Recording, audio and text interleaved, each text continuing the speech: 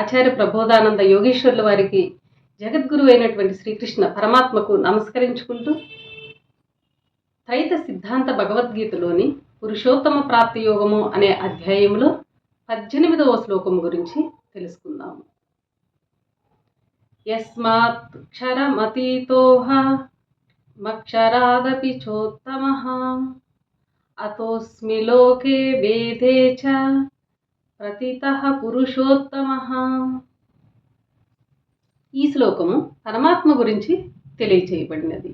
భావము: క్షరుని కంటే అతీతుడను, అక్షరుని కంటే ఉత్తముడను అయినందువలన లోకమునందు వేదములలో నేను పురుషోత్తముడుగానని ప్రసిద్ధిగాంచి ఉన్నాను. వివరము: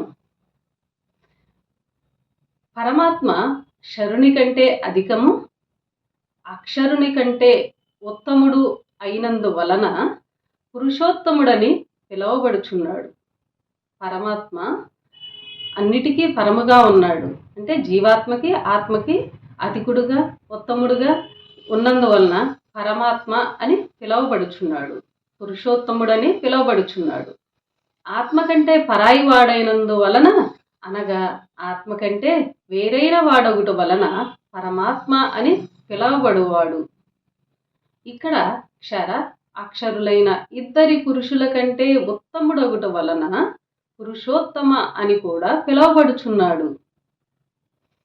ఈ ప్రపంచంలో ఏదైతే పెద్ద శక్తియో, ఈ ప్రపంచమును ఎవడైతే పుట్టించి పాలించుచున్నాడో, ఈ ప్రపంచములో దేవతలకంతా దేవుడై సర్వలోకములకు అధిపతి అయి ఎవడైతే ఉన్నాడో, ప్రపంచమునంతటికి దేవతలంతటికి, ప్రపంచంలో ఉన్న దేవతలంతా దేవుడై సర్వలోకములకు అధిపతి ఉన్నాడో, ఈ ప్రపంచమంతా ఒక్క అణువు కూడా వదలక అంతటా వ్యాపించి అన్నిటికీ మృత్యువు ఎవరై ఉన్నాడో, ఆ ఏకైక శక్తియే పేరు లేనివాడు మరియు రూపము లేనివాడు. ఇప్పుడు ఇక్కడ పురుషోత్తముడని పరమాత్మ అని పిలువబడువాడే, వాడని పురుషోత్తముడని పరమాత్మ అని పిలువబడువాడే సృష్టి స్థితి లయ కారణ కర్తయ్య ఉన్నాడు. సృష్టి స్థితి లయ కారణకర్తయ్య ఉన్నాడు. వానికి పేరు లేదని చెప్పి పరమాత్మ పురుషోత్తమ అంటున్నారే అని అనుకోవద్దండి. అవి పేర్లు కావు. ఆయనకు పేరు పెట్టడానికి వీలు లేదు. అందువలన ఆయనకున్నవన్నీ పేర్లు కావని, ఇతరులతో పోల్చి పిలవటంలోని పోలికలే పరమాత్మ అనుట మరియు పురుషోత్తమ అనుట అని తెలియాలి. శరీరములోని ఆత్మతో పోల్చి ఆత్మ కంటే వేరైన దాని వలన, అంటే ఇక్కడ ఏం చెప్తున్నారంటే శరీరములోని ఆత్మతో పోల్చి ఆత్మ కంటే వేరైన దాని వలన పరమాత్మ అని అంటున్నాము. పరమాత్మ అనుటలో ఆత్మ కంటే పరముగా అనగా వేరుగా ఉన్నాడని అర్థము కలదు. అట్లే పురుషులతో పోల్చి చెప్పినప్పుడు పురుషోత్తమ అని కూడా అన్నారు. పురుషోత్తమ అనుటలో ఉన్న ఇద్దరి పురుషులలో ఉత్తమమైన వాడు అని అర్థము కలదు.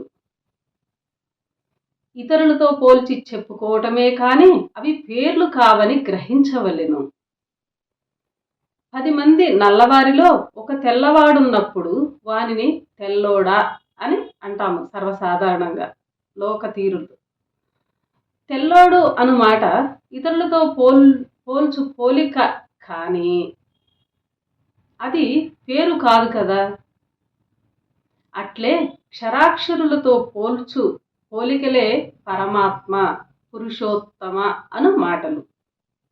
నిజముగా ఆయనకు పేరు గాని ఆకారము గాని లేనే లేవు.